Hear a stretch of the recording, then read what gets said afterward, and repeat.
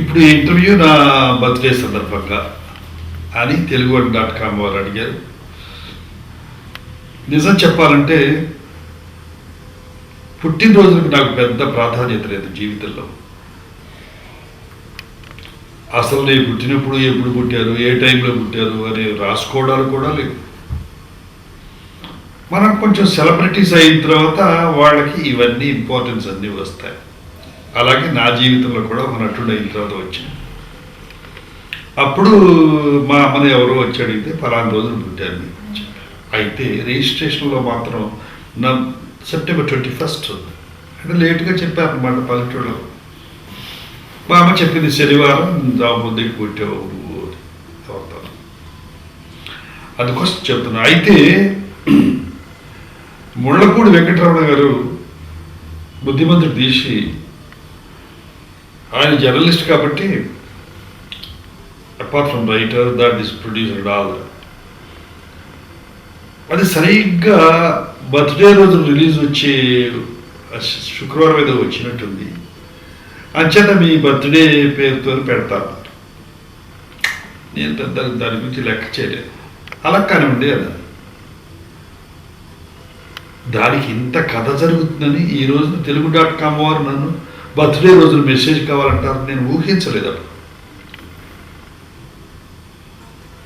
దాంతో బుద్ధిమంతుడితో నా బర్త్డే ఏంటో అందరికీ తెలుసు. దాంతో అభిమానులు దే స్టార్టెడ్ పోరింగ్. నేనేం చేయను? నాకు భగవంతుడికి పూజలు, తల్లట్టుకోవడాలు, కొత్త బట్టలు కట్టుకోవడాలు, మనం ఏదో ధరించామని నేనే అనుకోవడాలు, ఇటువంటి నాకు అలవాట్లేదు. అయితే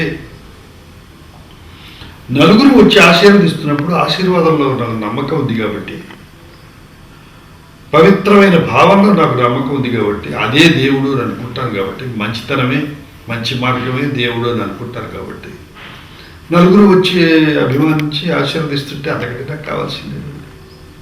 అలాగే జరుగుతుంది చాలా కాలంగా. బుద్ధిమంతులు రిలీజ్ అయినప్పటి నుంచి ఈ రోజు వరకు జరుగుతూనే ఉంది. దేశాల్లో ఉన్న మిత్రులందరూ, తెలుగువారే కాదు మిగతా వారు కూడా, తమిళ మిత్రులు, కన్నడ మిత్రులు, హిందీ మిత్రులు, వీరందరూ కూడా నన్ను అభిమానిస్తున్నారు, ఆశీర్వదిస్తున్నారు. అందుచేతే నాకు హార్ట్ ఆపరేషన్ అయ్యి దాదాపు 35 సంవత్సరాలు అయినా ఇంకా నేను ఆరోగ్యంగా సంతోషంగా ఉంటున్నాను అంటే నా అభిమానుల ఆశీర్వాద బలం అని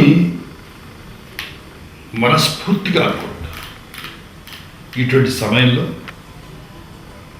ఇండస్ట్రీ నన్ను, నేను ఏమీ కానీ ఒక జీరోని ఒక హీరోని చేసి అనేకమైన అద్భుతమైన పాత్రలు ఇచ్చి వాటిని నా చేత నటింపజేసి నాకు అపరిమితమైన పేరు ప్రఖ్యాతులు సంపాదించి పెట్టిన ఇండస్ట్రీ ది కన్నతల్లి.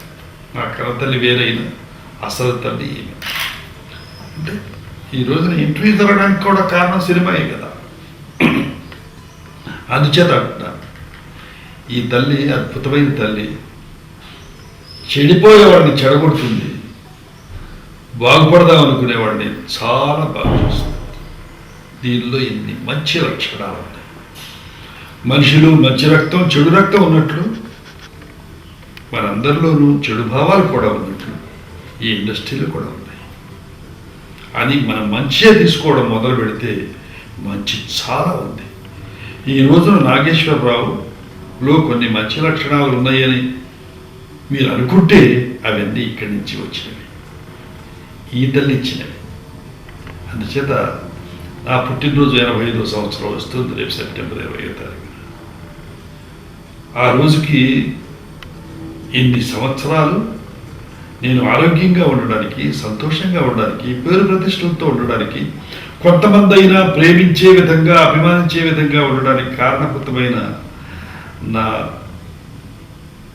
తెలుగు.com అన్నారే మీరు, తెలుగు తల్లి, తెలుగు సినిమా తల్లి, నేను మర్చిపోలేను.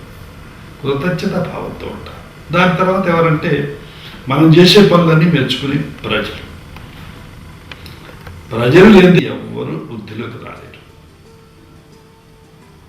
మరి ఏమీ తెలియని నాబోటి వాడిని సినిమా ఇండస్ట్రీ తయారు చేస్తే దానిలో ఉన్న మంచి చెట్లని విశ్లేషించి నన్ను ఒక మంచి నటుడుగా ఇన్ని సంవత్సరాలు తీర్చిదిద్ది సహజంగా అభిమానులకి వయసులో ఉన్నవారిపైన మోజు ఉంటుంది.